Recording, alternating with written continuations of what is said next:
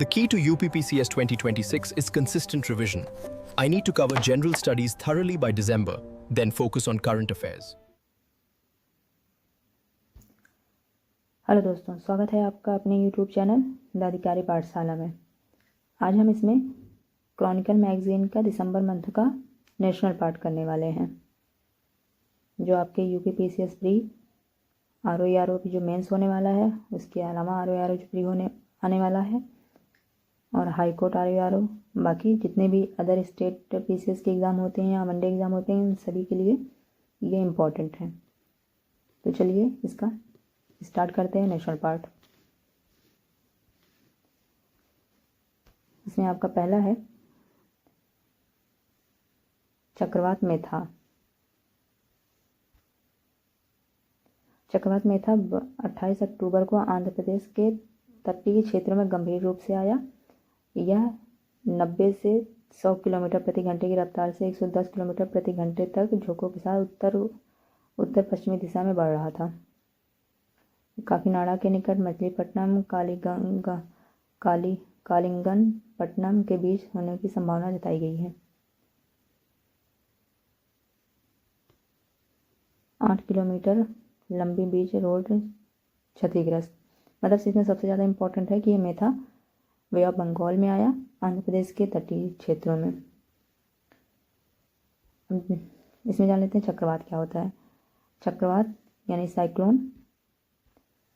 चक्रवात उष्णकटिबंधीय महासागरों में बनने वाला एक तीव्र निम्न दबाव क्षेत्र है, जिसमें तेज हवाएं, भारी वर्षा और होती हैं। भारत में चक्रवातों का वर्गीकरण भारत मौसम विज्ञान IMD द्वारा किया जाता है।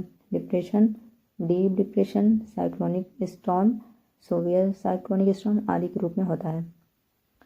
चलिए नेक्स्ट है भारत इंटरनेशनल राइस कॉन्फ्रेंस का आयोजन 30 से 31 अक्टूबर के बीच ये भारत मंडपम प्रगति मैदान नई दिल्ली में हुआ।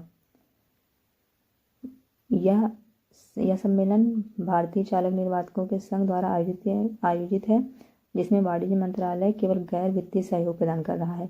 उद्देश्य इसका है भारत के वैश्विक चावल निर्यातक के रूप में स्थिति को मजबूत करना, निर्यात चुनौतियां और सतत कृषि प्रथाओं पर चर्चा करना है। वित्त पोषण देखें तो पूरे आयोजन पर IREF एवं उसके भागीदारों द्वारा निजी प्रयोजन से व्यय किया जाएगा। भागीदार कृषि और प्रसंस्कृत खाद्य उत्पाद निर्यात विकास प्राधिकरण एपीडा के मंत्री साझेदारी ही कर रहे हैं। प्रमुख राज्य सरकारें एवं कृषि अनुसंधान संस्थानों के साथ भी सहयोग करेंगे। नेक्स्ट है आपका उसका निर्यात तथ्य इसमें है चावल। भारत का चावल निर्यात 2024-25 में लगभग 12.95 अरब अमेरिकी डॉलर था। इसे विश्व का सबसे बड़ा चावल निर्यातक बनाता है।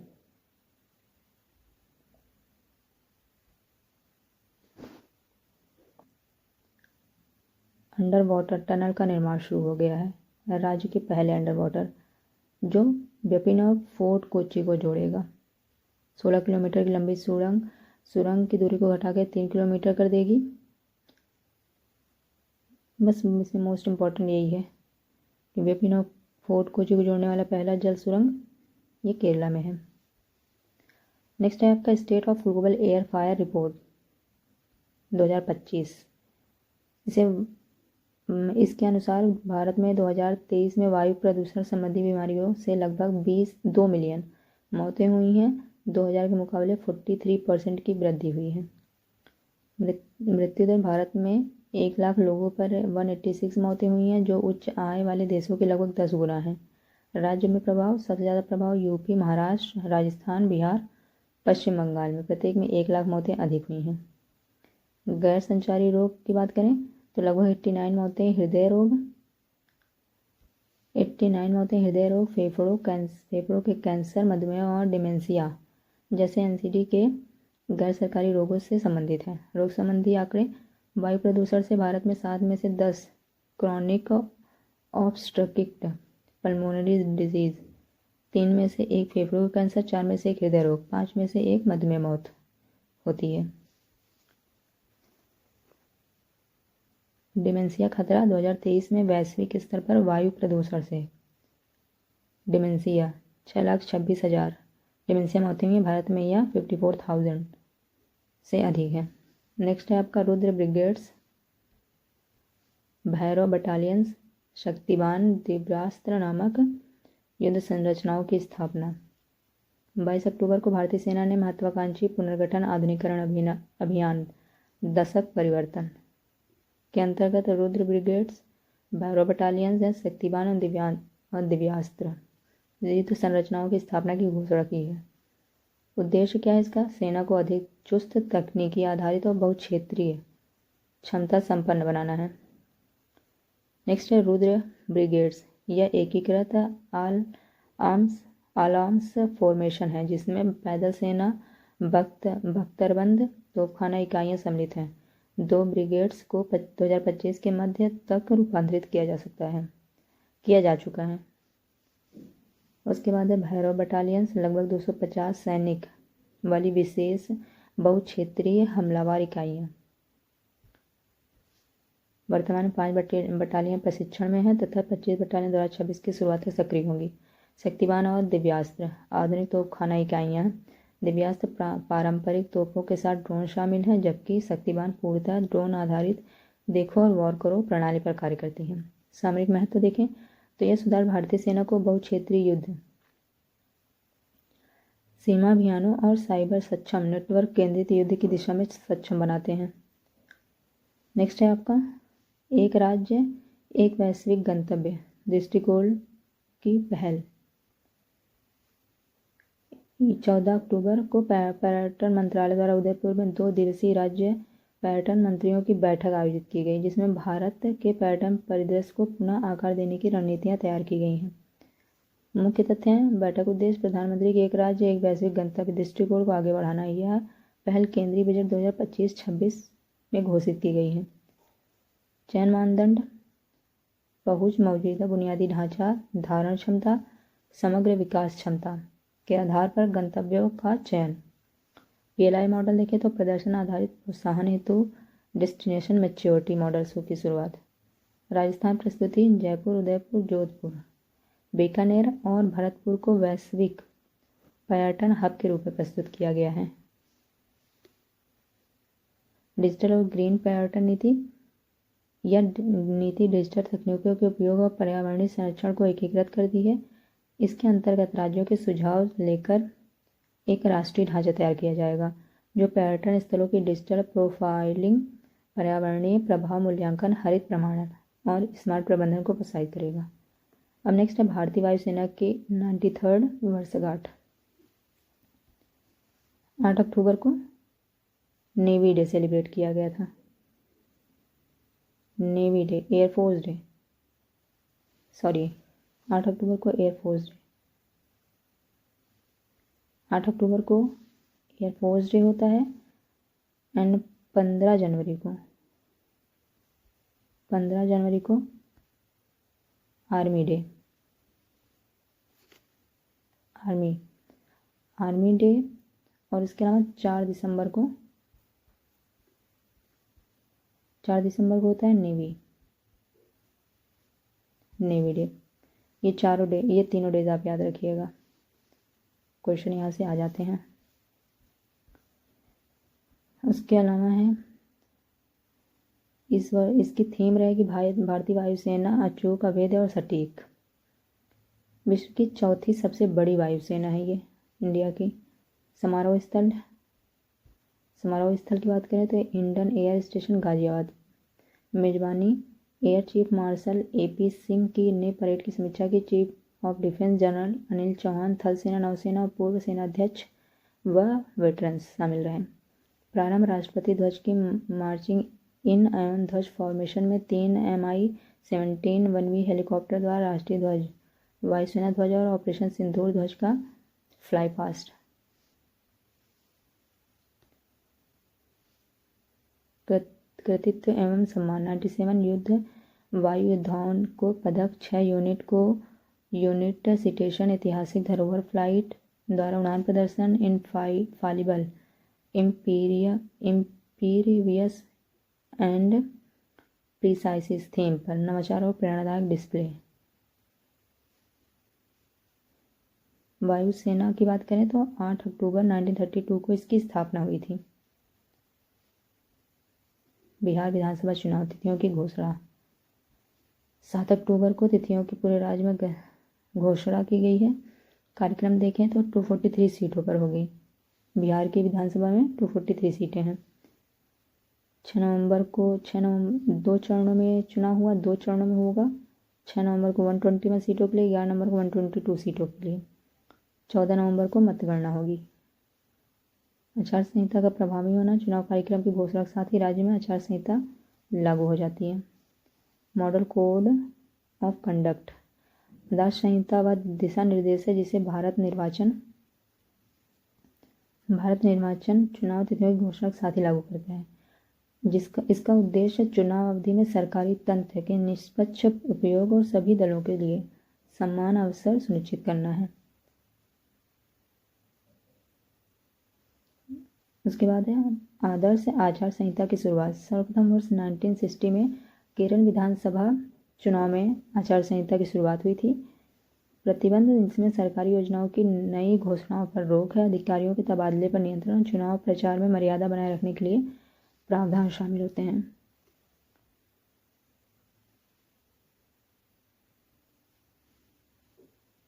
आई थॉट एक पेज रिपीट हो गया है। नेक्स्ट है भारतीय राज्य व्यवस्था एवं शासन से रिलेटेड, इसमें देख लेते हैं कौन कौन से करंट अफेयर हैं। तो पहला है भारत के 53rd मुख्य न्यायाधीश होंगे सूर्यकांत, 53rd डिक्लेयर हो गए हैं।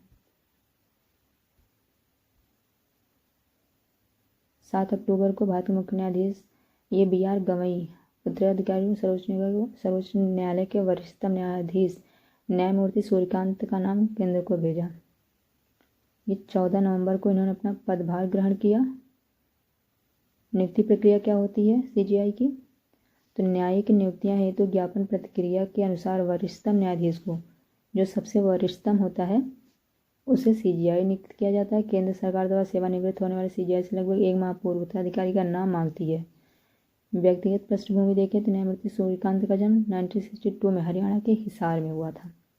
पंजाब हरियाणा उच्च न्यायालय के अधिवक्ता के रूप में करियर की शुरुआत की इन्होंने और 2001 में न्यायाधीश बने थे। न्यायिक यात्रा देखें तो हिमाचल प्रदेश हाईकोर्ट के ये मुख्य न्यायाधीश रहे हैं और 24 मई 2019 को सर्वोच्च न्यायालय में नियुक्त हुए। ये कार्यकाल देखें 14 नवंबर से लेकर 9 फरवरी 2027 तक, लगभग 15 माह तक। 12 राज्यों और केंद्र शासित प्रदेशों में विशेष गहन पुनरीक्षण का दूसरा चरण।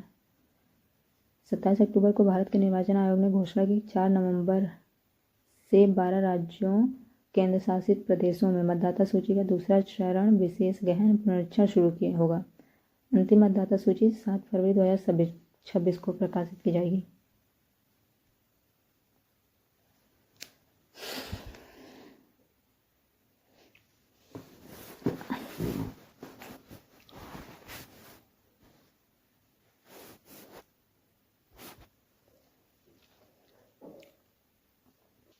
छत्तीसगढ़, गोवा, गुजरात, केरल, लक्षद्वीप, MP, पुदुचेरी, राजस्थान, तमिलनाडु, यूपी और पश्चिम बंगाल।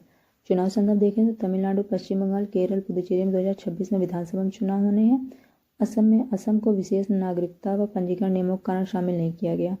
दस्तावेज सत्यापन देखें तो 9 सितंबर 2025 के सर्वोच्च न्यायालय के आदेशानुसार आधार केवल पहचान पत्र के रूप में मान्य होगा, नागरिकता या आयु प्रमाण के रूप में नहीं। प्रक्रियात्मक सुधार देखें तो प्रत्येक बूथ पर अधिकतम 1200 मतदाता BLO द्वारा 3 बार तक घर घर सत्यापन ऑनलाइन फॉर्म जमा करने की सुविधा और गेटेड सोसाइटी, ऊंची इमारतों, झुग्गी बस्तियों में नए मतदाता केंद्र।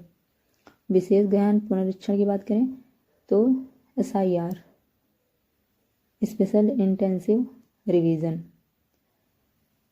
वह प्रक्रिया है जिसके अंतर्गत मतदाता सूची का अद्यतन, त्रुटि सुधार, नए मतदाताओं का पंजीकरण और मृत स्थानांतरित मतदाताओं का विलोपन किया जाता है। नेक्स्ट है मद्रास उच्च न्यायालय द्वारा क्रिप्टो करेंसी को संपत्ति डिक्लेयर किया गया। किसके द्वारा? मद्रास हाईकोर्ट के द्वारा। यह निर्णय उस याचिका से संबंधित है जिसमें एक निदेशक के XRP होल्डिंग्स 2024 के साइबर मामले के बाद फ्रीज कर दिया गया। संपत्ति के रूप में मान्यता अदालत ने स्पष्ट किया है क्रिप्टो करेंसी भले ही मूर्त संपत्ति या वैध मुद्रा नहीं है, परंतु इसे संपत्ति माना जाएगा जिसे धारणा, उपयोग या ट्रस्ट में रखा जा सकता है। यह व्याख्या आयकर अधिनियम की वर्चुअल डिजिटल एसेट परिभाषा से मेल खाती है। न्यायिक अधिकारिकता अदालत ने कहा कि भारतीय न्यायालयों का अधिकार मध्यस्थता एवं सुलह अधिनियम धारा 9 के अंतर्गत बना रहेगा, भले ही विवाद विदेशी मध्यस्थता से जुड़ा हो, यदि निवेशक या संपत्ति भारत से संबंधित रहे। क्रिप्टो करेंसी की बात करें तो क्रिप्टो करेंसी एक डिजिटल या वर्चुअल मुद्रा है जो क्रिप्टोग्राफी पर आधारित होती है और विकेंद्रीकृत ब्लॉकचेन नेटवर्क पर कार्य करती है। यह किसी केंद्रीय बैंक द्वारा जारी नहीं की जाती। भारत में से वैध मुद्रा का दर्जा नहीं अभी दिया गया है, परंतु वित्त अधिनियम 2022 के तहत इसे वर्चुअल डिजिटल एसेट के रूप में परिभाषित किया गया है। इस पर कराधान लागू है। तो सबसे पहले क्रिप्टो करेंसी को संपत्ति के रूप में मान्यता किसने दी भारत में? मद्रास हाईकोर्ट ने। नेक्स्ट है चुनाव आयोग द्वारा चुनावी अधिनियम में AI जनित सामग्री के लिए गाइडलाइंस जारी करना। 24 अक्टूबर को चुनाव आयोग ने बिहार विधानसभा चुनाव के लिए नई गाइडलाइंस जो जारी की है। इसमें मुख्य तथ्य हैं AI जनित सामग्री पर लेबलिंग। सभी राजनीतिक दल एवं उम्मीदवार किसी भी AI जनित या संशोधित प्रचार सामग्री पर स्पष्ट लेबल लगाएं, जैसे AI जनरेटेड डिजिटल के रूप में सिंथेटिक सामग्री। लेबलिंग का आकार और स्थान। यह लेबल वीडियो या चित्र के 10% दृश्य क्षेत्र को कवर करे और ऑडियो में पहले 10% समय तक स्पष्ट रहे। रिकॉर्ड रखने की शर्तें। सभी AI जनित सामग्री के निर्माता समय स्टैम्प एवं मेटा डेटा का वितरण राजनीतिक दलों को रखना होगा। भ्रामक सामग्री हटाने की जिम्मेदारी। यदि कोई भ्रामक AI समाचार पार्टी के आधिकारिक सोशल मीडिया पर पाया जाता है तो उसे 3 घंटे के अंदर हटाना होगा। कानूनी आधार और चुनाव तिथियां। यह आदेश भारतीय संविधान के अनुच्छेद 324 के तहत जारी किए गए हैं और बिहार चुनाव 6 और 11 नवंबर को के लिए लागू किए गए हैं। नेक्स्ट है जम्मू कश्मीर में 4 वर्ष बाद पुनर्जागृत हुआ 150 वर्षीय दरबार ट्रांसफर प्रथा। सदियों पुरानी रीति दरबार मूव को पुनः लागू किया गया है। सरकार सर्दियों के मौसम में श्रीनगर से जम्मू कश्मीर, गर्मियों में जम्मू से श्रीनगर स्थानांतरित होती है। इतिहास देखें तो दरबार मूव की शुरुआत 1872 में महाराजा गुलाब सिंह ने की थी, ताकि जम्मू कश्मीर, कश्मीर और लद्दाख के विविध भूभागों में प्रशासन प्रभावी बना रहे। स्थानांतरण की बात करें तो श्रीनगर शीतकालीन राजधानी और जम्मू कश्मीर ग्रीष्मकालीन राजधानी है। 31 अक्टूबर 2025 को श्रीनगर कार्यालय बंद होकर 3 नवंबर को जम्मू में पुनः खुलेगा। विभागों की स्थिति देखें तो मुख्यमंत्री सचिवालय व 38 प्रमुख विभाग जैसे राजस्व, वन, परिवहन, तकनीकी, शिक्षा पूर्ण रूप से स्थानांतरित होंगे, जबकि 47 अस्थायी रूप से वैसे ही कैंप से काम करेंगे। लागत एवं विवाद। हर साल 200 करोड़ रुपए खर्च होने के कारण विवाद उत्पन्न हुआ था।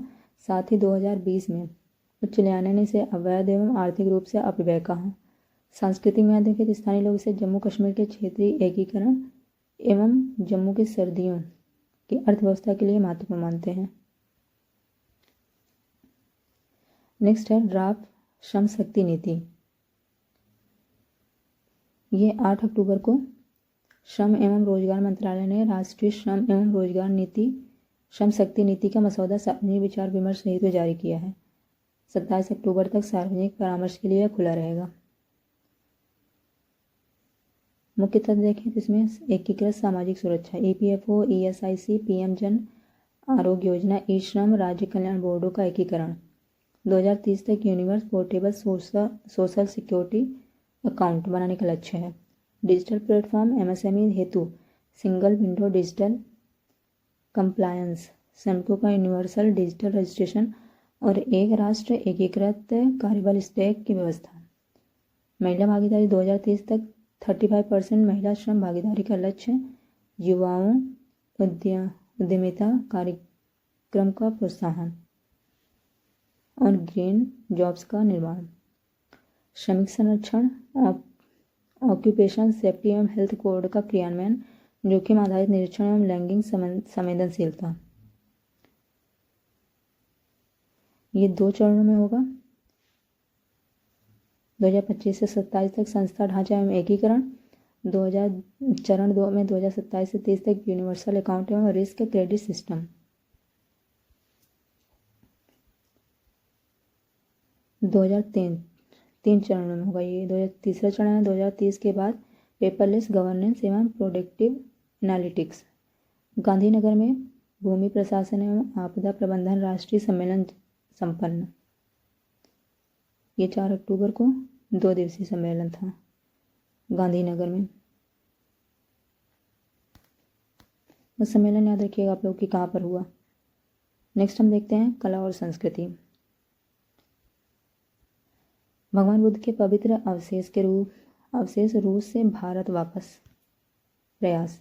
22 अक्टूबर को जम्मू कश्मीर के उपराज्यपाल मनोज सिन्हा ने रूस के कालमिकिया गणराज्य से भगवान बुद्ध के पवित्र अवशेषों को भारत में वापस लाने के लिए भारतीय प्रतिनिधिमंडल का नेतृत्व किया। अवशेष प्रदर्शनी 11 से 18 अक्टूबर तक रूस के गेदेन सेरदुप चोई कोडलिंग मठ में भारत के पवित्र अवशेषों की प्रदर्शनी आयोजित हुई, जहां 90,000 से अधिक श्रद्धालुओं ने दर्शन दिए। सांस्कृतिक महत्व देखें तो यह आयोजन भारत रूस के सांस्कृतिक आध्यात्मिक संबंधों को मजबूत करने का प्रतीक है। कालमिकिया यूरोप का एकमात्र बाहुल क्षेत्र है। कालमिकिया अनुष्ठान एवं स्वागत। उपराज्यपाल का रूस में भव्य स्वागत हुआ। अवशेषों को राष्ट्रीय संग्रहालय नई दिल्ली में खास विमान से 11 अक्टूबर को लाया गया। सहयोग भारत। यह पहल भारत सरकार के संस्कृति मंत्रालय, अंतर्राष्ट्रीय बौद्ध परिसंघ IGNCA के संयुक्त प्रयास से संभव हुआ। समझौता भारत के अंतर्राष्ट्रीय बौद्ध परिसंघ और केंद्रीय बौद्ध प्रशासन के बीच सहयोग होते हुए MOU प्रस्तावित हुए। नेक्स्ट है तिरुमलापुरम में लौह युग संस्कृति की खोज। तमिलनाडु राज्य पुरातत्व विभाग ने द्वारा तेनकासी जिले के तिरुमलापुरम क्षेत्र में की गई खुदाई से प्रथम चरण में लौह युग संस्कृति के प्रमाण प्रस्तुत किए गए। मुख्य तथ्य हैं खुदाई का स्थान एवं क्षेत्रफल। तेनकासी जिले के तिरुमलापुरम में पश्चिमी घाट के समीप 35 एकड़ क्षेत्र में भू विद्यान्वेषण हुआ। कक्षयुक्त ताबूत 37 ट्रेंच खुदाई में 35 पत्थर की स्लैब से बना आयताकार ताबूत, उनके पात्राधारित समाधि मिले हैं, जिससे तमिलनाडु में पहली बार कच्छ ताबूत वाली समाधि स्थल की पुष्टि हुई है। मिट्टी के पात्र और विशेषता। दफन करने वाले स्थलों से सफ़ेद चित्रित काले लाल एवं लाल स्लिब्ड व काले पॉलिश्ड बर्तन जिन पर सफ़ेद रंग की चित्रकारी थी प्राप्त हुए हैं। तिरुमलापुरम व अन्य स्थलों जैसे तिरुकल्लुपट्टी, आदिचनल्लूर, शिवगलई आदि में भी पूर्व में पाए गए हैं। भित्ति चित्र एवं रंग चित्र। समाधि स्थलों पर पत्थरों पर विविध चित्र एवं प्रतीक मिले हैं, जिनमें तमिल ब्राह्मी लेख की संभावनाएं एवं सिंधी घाटी संस्कृति से संबंध के रूप में चित्रित हुए हैं। काल निर्धारण की बात करें तो वैज्ञानिक तरीकों से यह स्थल मध्य 3वीं शताब्दी ईसा पूर्व का माना जाता है। सटीक काल निर्धारण कार्बन डेटिंग भविष्य में पुष्टि हेतु लंबित है। 10वीं-11वीं शताब्दी की मूर्तियां मध्य प्रदेश के डोनी गांव में कलचुरी काल की खोज हुई। मध्य प्रदेश के डोनी गांव में मूर्तियां। इन मूर्तियों की बात करें तो लाल बलुआ पत्थर से निर्मित थीं। मूर्तियां अर्धनारीश्वर, नरसिंह, ब्रह्मा, वायु, नायिका, पार्वती जैसी देवी देवताओं के प्रतिनिधित्व करती हैं। अर्धनारीश्वर प्रतिमा शिव पार्वती के संयुक्त रूप से दुर्लभ चित्रण, जिसमें नंदी पार्वती को उठाए हुए हैं। यह पारंपरिक मूर्ति शिल्प प्रतिमानों को चुनौती देती है। नरसिंह प्रतिमा अर्धमानव अर्धनरसिंह के रूप में प्राप्त मूर्ति का ऊपरी भाग सुरक्षित है, जबकि इसका निचला भाग क्षतिग्रस्त हो गया है। सांस्कृतिक महत्व के लिए मूर्तियां मध्य भारत की मध्ययुगीन वास्तुकला एवं धार्मिक प्रतीकवाद को पुनर्भाषित करती हैं। कलचुरी राजवंश के बारे में देखें। कलचुरी राजवंश मध्यकालीन भारत का एक शक्तिशाली क्षत्रिय राजवंश था। इसकी शाखा चेदी कलचुरी थी, जिसकी राजधानी त्रिपुरी थी, अब जबलपुर जिसे कहा जाता है। कोक्कल देव प्रथम जैसे शासकों ने प्रतिहारों एवं राष्ट्रकूटों को पराजित कर राजनीतिक प्रभुत्व स्थापित किया।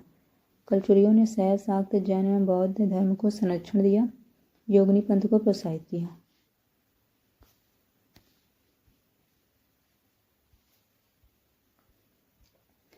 नेक्स्ट है अंतर्राष्ट्रीय अभिधम्म दिवस, 6 से 7 अक्टूबर। अंतर्राष्ट्रीय बौद्ध परिसंघ ने संस्कृति मंत्रालय, गौतम बुद्ध विश्वविद्यालय और अंतर्राष्ट्रीय बौद्ध शोध संस्थान के सहयोग से यूपी के ग्रेटर नोएडा स्थित गौतम बुद्ध विश्वविद्यालय में अंतर्राष्ट्रीय बौद्ध दिवस मनाया गया। स्थल महत्व की बात करें तो संकसिया में बुद्ध के स्वर्ग से अवतरण की स्मृति, अशोक के हाथी स्तंभ की उपस्थिति इसे ऐतिहासिक बनाती है। आयोजन गतिविधियां, बौद्ध विचार को समझने में अभिधम्म की प्रासंगिकता पर अंतर्राष्ट्रीय सम्मेलन, 90 देशों की 2500 बौद्ध डाक टिकटों की प्रदर्शनी, शरीर एवं मन पर बुद्ध धम्म तथा पिपराहमा अवशेष पर प्रदर्शनी। परंपरा संबंध देखें तो यह आयोजन वर्षावास और पववारणा उत्सव के समापन से जुड़ा है, जो थेरवाद बौद्ध संप्रदाय का हिस्सा है। अभिधम्म पिटक देखें तो अभिधम्म पिटक थेरवाद बौद्ध धर्म के त्रिपिटक का तीसरा भाग है, जो बुद्ध के उपदेशों का दार्शनिक, मनोवैज्ञानिक एवं नैतिक विश्लेषण प्रस्तुत करता है। इसे 7 ग्रंथ शामिल हैं, जिसमें धर्मसंगणी, विभंग, धातु कथा, पुगल, लाप, नट्टी कथा, वथु, यमाका और पथना। यह ग्रंथ बौद्ध ज्ञान मीमांसा, तर्कशास्त्र और व्यवहारिक नैतिकता का आधार है। भारतीय विरासत संरक्षण में नीति परिवर्तन, पीपीपी मॉडल की शुरुआत। भारत सरकार ने संरक्षित स्मारकों के संरक्षण हेतु पब्लिक प्राइवेट पार्टनरशिप मॉडल लागू करने की घोषणा की है, जो स्वतंत्र भारत के सांस्कृतिक संरक्षण इतिहास में बड़ा बदलाव है।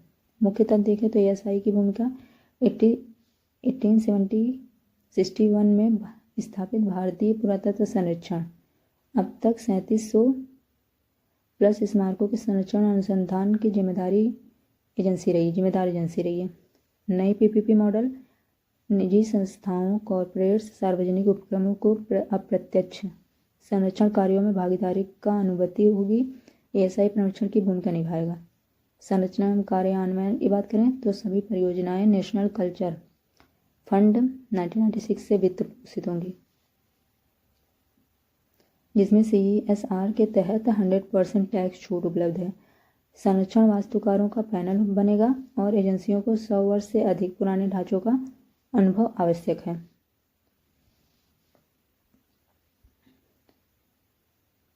अब तक 140 करोड़ से अधिक निधि से 100 प्लस परियोजनाएं पूरी हुई हैं, जिसमें भुलेश्वर मंदिर जो पुणे में है, ब्रिटिश रेजिडेंसी हैदराबाद, मंडू स्मारक, पुराना किला और लाल किला शामिल है।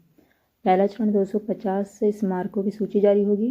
अंतर, अडॉप्ट हेरिटेज योजना केवल सुविधाओं तक सीमित थी, जबकि नया मॉडल कोर्स संरक्षण कार्य में निजी भागीदारी को मान्यता देता है। तो ये रहा क्रॉनिकल मैगजीन की दिसंबर मंथ का नेशनल पार्ट, जो इसमें कंप्लीट कर दिया है पूरा। अब इसके आगे इसमें आर्थिकी हो चुकी है, इंटरनेशनल भी हमने करा दिया है, और पीछे जो MCQ फॉर्म में क्वेश्चन आंसर दिए रखे हैं करंट अफेयर के, वो भी हो गए हैं। बाकी जो बचे हुए पार्ट हैं वो आने वाले वीडियो में कंप्लीट करा दिए जाएंगे। इस तरह से ये आपकी क्रॉनिकल मैगजीन हम जो ईयर मंथली आती है उसे हम पूरा कराएंगे। वीडियो को पूरा देखने के लिए थैंक यू सो मच।